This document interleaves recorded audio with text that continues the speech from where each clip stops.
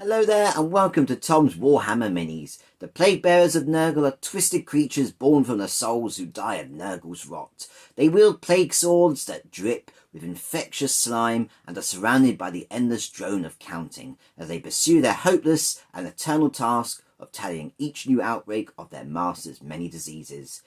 This guide is the second part of the upcoming Regiments of Renown set, the Pustules.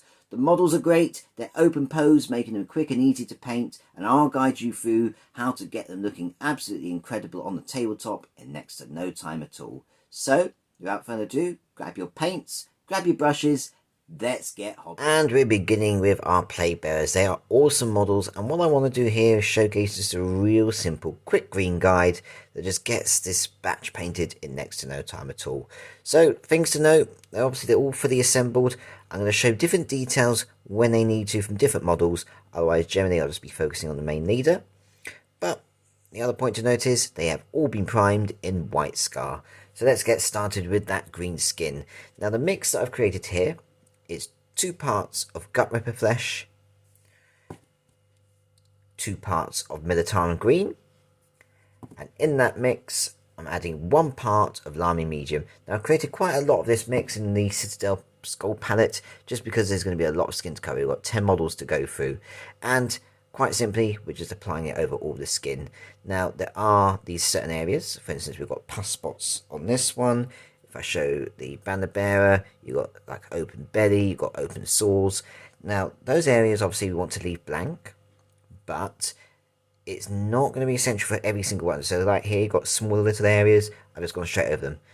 You can leave them if you want to, but I'm not going to. Same with the eyes, they're so small, just paint over them. Save yourself a bit of pressure, because we can just paint over them with a normal base paint or even a layer paint. But we'll get to that as that stage comes. Now painting them is a bit tricky in the sense of drying lines. The Lahmium Medium, that one part, is going to thin the paint down and give you a bit of leeway. But I have found, having painted these 10, simplest way to do it, do one arm, do the other arm, because they're attached separately to the actual body. You've got a sort of recessed line that goes around it. You've got the head, which is a separate entity. And then when you get to the main body, obviously it joins all together with the legs in one piece. And this is where you don't want the drying lines. Start the neck, go round to the back. Neck on this side, go round to the back. Go around the back up to this sort of halfway point. And then just start moving the paint around here, around there, around there, around there. Joining it up so you just constantly moving the paint all the way around. It avoids the drying lines. But if you do get drying lines, don't worry too much. But speed is of the essence in a certain degree, but the Lahmium Medium will give you that leeway. Just to show some examples of the others, this is the kind of effect we're looking for. And that mix, it just gives us a nice bit of control of the Gutrippa Flesh. It just sort of taints it that little bit more with the darkness of the Militarum Green. Just gives us this real swampy, gungy kind of vibe, which we want for Nurgle. So take your time, get that done, and we'll move on to the next stage. Next up, we're going to take Poxwalker, and I've thinned this down again in the large mix because there's a lot to do here. A 1-to-1 ratio of Poxwalker and Lahmium Medium. Now essentially, we're going over all that skin that we painted, and it's just going to give more depth, more saturation, and just really make the colour just pop a little bit more in the Nurgle sense and theme. So just take your time, get all that done, check for pooling, because being a shade paint is a lot thinner. With a Lahmium Medium, it's thinner still, and it will tend to pool in that verticality. But just have a small amount of brush, just cover each area, check for pooling, you should be okay. Points to note, I have gone straight over the white details that I've left blank. Not all of them, obviously like the things of the teeth I haven't bothered worrying about. I've been careful going around those edges, but over the spots I just went straight over, because it's going to be so subtle. When you add a contrast paint later on, you're not even going to notice that it had the Poxwalker there to begin with. So we can just save ourselves a little bit of time and a little bit of patience.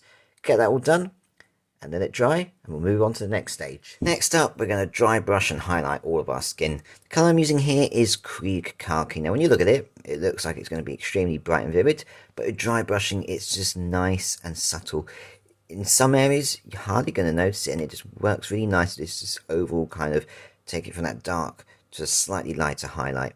Now I've done a particularly heavy dry brush all over just to really catch every detail and sort of buff up the skin as well to give it a brighter look.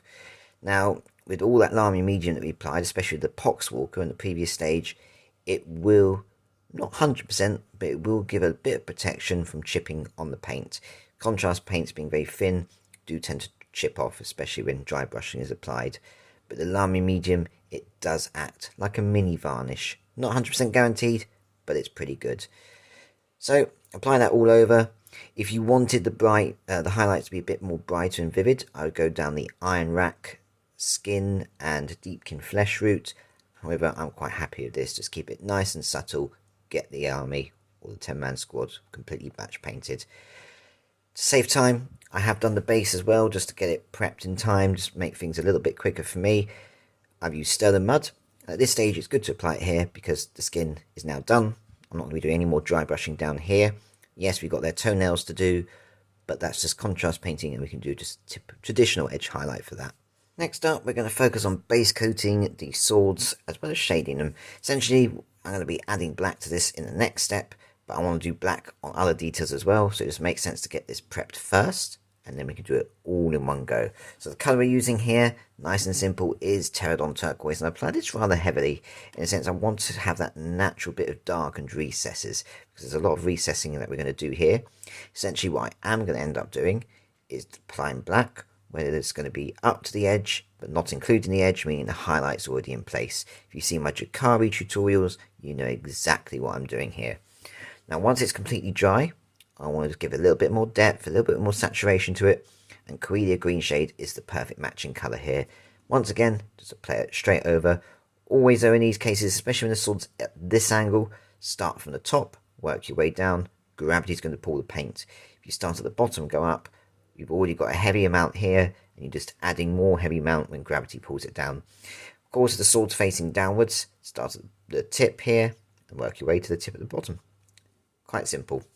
Next up, we're going with the black details like I talked about, and the colour I'm using here is Black Templar, and it's going to be absolutely perfect for the effects we want to achieve. First of all, nice and simple, we've got the nails, every foot you've got them on. You've also got fingernails, but not all of them have ones that you can reach. So for instance, some of the hands are enclosed like this, so you can't see their nails. The others are hands like this. Sometimes they've got their hands twisted back because it's chaos, but you can reach the nails and just dot a little on to add that effect. You've got the hair on this model of the heads, and then on the banner bearer you've also got the head here, and I've applied the Black Templar there. Then we got the actual blade. Now nice and simple, this is where I'm talking about the Jakari tutorials. If you've seen them, you understand what I'm doing here. I'm painting it into the flat areas up to the edges, not including the edges. And what that means is that Terradon Turquoise / Coelia Greenshade is the natural highlight already in place. The sword is then done. And then we've got the horns on the head. Now, to explain this one, we're doing feathering.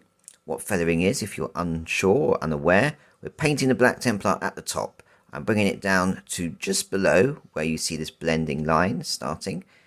And then wash the brush while it's damp. We're wiping away the paint towards the area that's going into the natural green, creating that natural blend. Kind of the water, the dampness is destroying the paint and creating that nice transitional blend. So we're doing that on all the horns. Just take your time, do one side, do it, and then stop, blend it, feather it, go to the other side, same again. Nice and simple. Just to show one other model as an example, we've got this one here where the actual sculpted belly has got some of these sort of claw-like teeth, and I've gone with the Black Templar there because it just makes sense. It stands out more vividly than Skeleton Horde would. Next up, I'm taking Nazdreg Yellow, and as you can see, this is going to be for all of our little pus spots and boils across all the models. Now, there's a lot to cover here. There are lots and lots of spots, and it just really helps to make a nice standout appearance for all of these Plaguebearers. Nice and simple. One of the other facts that I've done is on all the exposed bones, so where the skin's pulled apart, you can actually see proper bone. I've painted the Nazdreg Yellow over that too, and it'll make sense later on when we come to the highlighting stage while I've done that. So take your time. It's a personal choice on how many do you pick out. As I say, there's a lot. Do you want to pick them all out like I've done, or do you just want to pick a few out? It's your personal taste. Next up, we're taking Volupus Pink, and this is going to be a whole mix of different things. So you've got the tongues. Not every one of these Plaguebearers have their mouths open, so there's only a few. You've got, for instance, on the heads here, the back part where it's been severed. I've painted it there, and you've got any open cuts and sores and wounds, like here, for example. So just take your time, get those details done. And then moving on, once the Volupus Pink is fully dried, because we don't want the paint to mix together, we're taking Skeleton Horde, and this is going to be for all the teeth. Next up, we're going to move on to our musician for some different details. Now the first colour is the wood. Nice and simple. I'm going for a nice, warm, vibrant brown. The colour I love here is Gore-Grunter Fur. Now for the musician, nice and simply, paint it straight over, including the ropes. Just paint the Gore-Grunter Fur across all of it. Obviously not forgetting the underneath part. Let it dry fully. For our banner bearer, I've done the exact same. As you can see, all the wood there painted in Gore-Grunter Fur. Now once it's dry, we're going to focus on the actual rope bindings that are holding it together. Nice and simply, take Black Templar, paint it straight over the Gore-Grunter Fur. Let it dry completely, and we're going to finish off our wood. And there's two reasons for this. Firstly, we're taking Arax Earthshade, shading it straight over, and that includes the wood on the banner bearer. Now what this do, it will darken, obviously tint the model, darken the recesses more. But shade paints, like Lahmium Medium, they have that property of sealing things down. So essentially you're sealing the contrast paint that you've just painted on, which acts not as a perfect varnish, but it's just slightly helpful as a varnish. Contrast paints do tend to chip. It's not 100% fix, but it does help. So there's multiple purposes there. Get that bit done. Moving on, we've got our heads. Now I have painted these just simply in Darko Flesh, just literally slapping the paint on, getting it all around. Obviously avoiding the Volupus Pink areas we've done previously. The only one we got other than that is our main leader of the squad, where he's holding 3 heads. We're going to change the colour of them slightly to give that more deathly appearance, but think of this as our underlayer colour, and we want that settled and dried in place, ready for the next stage. Next up, we're going to finish off base coating those heads. So we're going to take some shades and a contrast paint and just finish them off entirely. So there's 3 colours I'm using to begin with. Magos Purple, which is the head in the middle. Berserker Bloodshade, which is the head on the right. And Poxwalker, which is the head on the left. Nice and simple, just paint it straight on, let it dry, and it just gives 3 different variations. They look wrong. They don't look healthy. They're not just decapitated, they've been rotten and made ill by Nurgle. And it's a really good effect. Let it dry completely, and over the tiny little stitches, I've just taken Black Templar and carefully painted it over top. As you can see, the paint just separates the sides, giving that nice natural highlight already in place, meaning if you don't want to highlight it later on, you don't have to. Next up, we're focusing specifically on this Plaguebearer, and in particular the actual Nurgling who's doing its best Here's Johnny impression. So to begin with, just a note with the teeth, they were done in Skeleton Horde, which we did previously with all the other teeth. But moving on to the actual skin tone, we're taking Agros Dunes and just simply paint it over all the Nurgling flesh. Now it's going to be very similar to the Skeleton Horde. It does have a slight, subtly different tonal difference, but it's what we do next that counts. So once it's completely dry, we're taking Poxwalker. We're not filling it down, we're just painting a nice thin, even layer over all that Agros Dunes, just to give it this kind of tint that you're seeing on the camera here. Once again, let it completely dry. Then using a small layer brush, just the tiniest amount on the tip, take Evil Sun Scarlet and dot the eyes. Nice and simple. Next up, we're starting on metallic details. There's only 2 colours we're going to be using here, and this is the only model, the banner bearer, who has bronze details that I'll be painting. The colour I've used is Castellax Bronze. It's a very bright, very beautiful bronze, but it is a layer paint. Now, this is what it looks like with 1 coat painted all over, and that is enough for what I want to do. But depending on how much you thin it, in the sense of just a little bit of water or not, you may want to do 2 thin coats just to have a nice solid layer. But as you can see, 1 coat should pretty much sort you out and get a nice even layer across the whole area.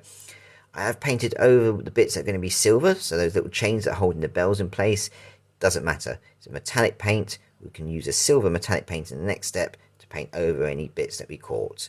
So just take your time, get that done, and then we'll move on to our silver details. And next up, we're finishing off all of our base coating colours, starting with our final bit of Iron Warriors. Nice and simple, all our remaining details, and there's not really a lot to do here. So I'm showing it just on this banner bearer character because this is where there's the most.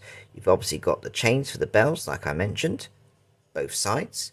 You've got a little bit at the bottom of the pole, And for every single Plaguebearer on their sword, you've got this little bit of metal right at the hilt. Nice and simple, get all that done, and when it's dry we can shade them. Keeping things nice and simple here, we're going to shade our metallic details. This is the silver and the bronze, just using Agrax Shade. There's not really much to it. The only area to be aware of is the actual banner. Obviously always start from the top. You are going to get areas of poolings, obviously, like you can see here, although it's not too bad, it's more where the shadow hits with the lighting, but it is going to pool. Just try and focus it into the recesses, always start from the top, work your way down. Nice and simple, get that done, and our model is, or should I say the whole squad is officially battle ready. They would look absolutely fantastic on the tabletop, as they are. In certain areas, they're already well ahead of being battle ready. But we're not going to leave it there. We're going to add some highlights, take it to the next stage, and make these models look awesome. Starting with our highlights, as well as other things just to make these models parade level ready. So for all of our Plaguebearers, nice and simple, we're going to start with the eyes first of all. So this is not including the recesses, but we're essentially just going to relayer the main surface of each eye. And the colour I've used here is Flash Yellow. Just give it a good shake, just have a small amount on your brush, just take your time, and just make it just a little bit more yellow. Obviously leaving the Nazdreg Yellow in the recess just as a darker colour. Now once that's dry, we're going to take an absolute tiny minimal dot of Abaddon Black, and as you can see, just dot each centre of each eye. Nice and simple, and do that across all the models. Our next highlight is going to be Screaming Skull. Nice and simply, we're going to apply this in two different ways. Now the first one is going to be a bit of a pain. It's going to take a long time. Essentially for all of our Nazdreg Yellow pus spots, we're just doing a tiny little dot highlight on each one, just as if light's hitting it. It is simple. It's just time consuming across 10 models, but it's worth the effort. Obviously, with all the other skeleton horde details, such as the teeth, we're just giving simple edge highlights on those too. And where I had the exposed bone, which there isn't on this one, but where I said paint it in Nazdreg Yellow, we're simply just doing a highlight across that. Makes it look like bone. The Nazdreg Yellow in the recesses makes it look infected. Nice and simple. The other way we're going to apply this is with a dry brush, and simply that's on the base itself if you've done stone and mud. Next up, our highlight is going to be Dawnstone, and I'm applying this as a dry brush, nice and simply over our Black Templar details. There's only a few of them, and they've got these perfectly sharp, crisp edges. I don't want it too bright, I just want it nice and subtle, and while it's a bit hard to show on the camera, they do stand out rather nicely. So that's the hair, the horns, you can just about catch the little toenails, and you can just catch the fingernails when the hands are open like this. So nice and simple, take your time, get those details done. Next up, we're going to focus on all of our Volupus Pink details. So this is all the open tongues with the mouths, and all the cuts and sores that you see that we did at the back there, that kind of stuff. So starting off, highlight, nice and simple, full green pink, and that includes the ones at the back here, which doesn't look like I've done it, but we'll explain that in a second. But as you can see, the tongue, just simple edge highlighting there. Now once that's dry, we're going to take blood for the blood gods, and quite simply with a small airbrush, what I've done is I've applied it on all of those details, not the tongues or the mouths, but all these open wounds, just to give that sort of sore weeping effect. Now it does cover up the full green pink that we just applied, but it's still brighter than it would have been, therefore the highlight is in place when you actually visibly look at it. Don't forget, of course, you've got the heads, and I've stippled it a little bit more around the open cuts, just to kind of show that they have been severed. There's a bit of a mess that's gone everywhere. So, to those details, and we move on to the next stage. Next up, we're going back to dry brushing, and the colour this time I'm using is Ungor Flesh. Now, I'm applying this flesh highlight as wood. It's absolutely perfect against Gore Grunter fur, so just simple, just gentle dry brushing, catching the edges, as you can see, and just giving a nice little highlight. It's subtle, it stands out, it's really effective. So take your time, get those done, and we'll move on to our next highlight. Next up, our highlight colour is going to be Flayed One Flesh. And once again, this is a dry brush, nice and simple. Just a small dry brush is needed here over the heads, including the single one that's on the banner. Just catch all those details. Don't worry about the Black Templar, it just adds a nice highlight on these stitching. Obviously you've got the back as well to highlight. Just take your time, it shouldn't take too long. And our remaining two highlights are our metallic details, the bronze and the silver. Now you can see the bronze, I've gone a bit rough on it, where it's kind of buffed and sort of chalked in that kind of sense onto the surface, that's going to be absolutely fine for what I'm going to do, because we're going to add Verdigris in the next step. But the colour is Canoptic Alloy. Recommend a small dry brush here, just because you want to try and avoid, obviously, these edges. We want to avoid the head. We want to avoid our Plaguebearer as well. So, get that done, obviously both sides. And then for our silver details, it's not going to be too much. And again, dry brushing is really perfect here. Stormhost Silver. So, again, small dry brush, you can easily just catch those little details. You can easily just catch the edge of the base. But it's absolutely perfect just for catching small hooks on each of the bottom of the swords. Nice and simple.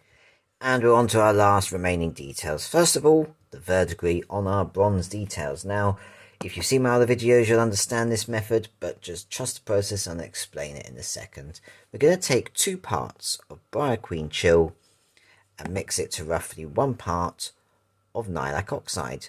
Now, Nailac Oxide is the technical paint that we use for verdigris from the Citadel range, but it can be very unruly and very strong. You can't thin it down. You try and thin it with Lahmium Medium, it doesn't really work, it's still strong. The Briar Queen Chill is the same colour, but it's obviously a contrast paint. Mix it together, you're getting the properties of the technical paint that you're seeing here, but you're turning it slightly more into a contrast paint where you get the control. And that's a little beauty of that secret. So, simply mix that together, and essentially what I've done here is I've just applied it straight over, moving the paint around because we've got that control, making it settle into the recesses, and just sort of dirtying and buffing, not really buffing, but smudging and chalking that kind of armour to get what you see here. It's roughly 2 to 1. If you find it's a bit out of control still, just add a little bit more Briar Queen Chill rather than an Nailac Oxide. So get that done. And lastly, I have applied that onto the base just to kind of match the tree, the Feculent Gnarlaw that we did. But I've also added, once again, Nurgle's Rot. You can't not use it with our Nurgle models, so just simply stippling it on, making it as random as possible. All we need to do now is clean up the rim of the base, apply a couple of tufts, and our models are done. And there we have it. Our Plaguebearers are complete, and they're just fantastic models. Simple but effective, and those open poses, they're all organic. It just makes them really simple and really quick to paint too, and I really enjoyed these.